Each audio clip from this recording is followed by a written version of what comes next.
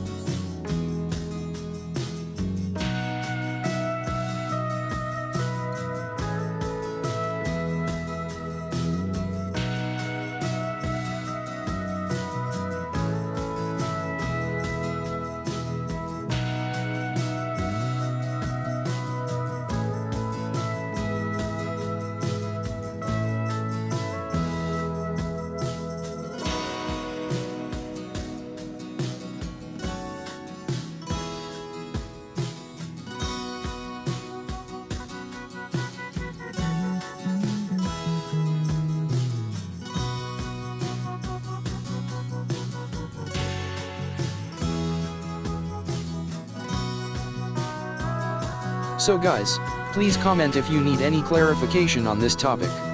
Also, I will be uploading the next part soon. Do share your views on this video and also share your thoughts in comment section. I hope you liked the video. Thank you.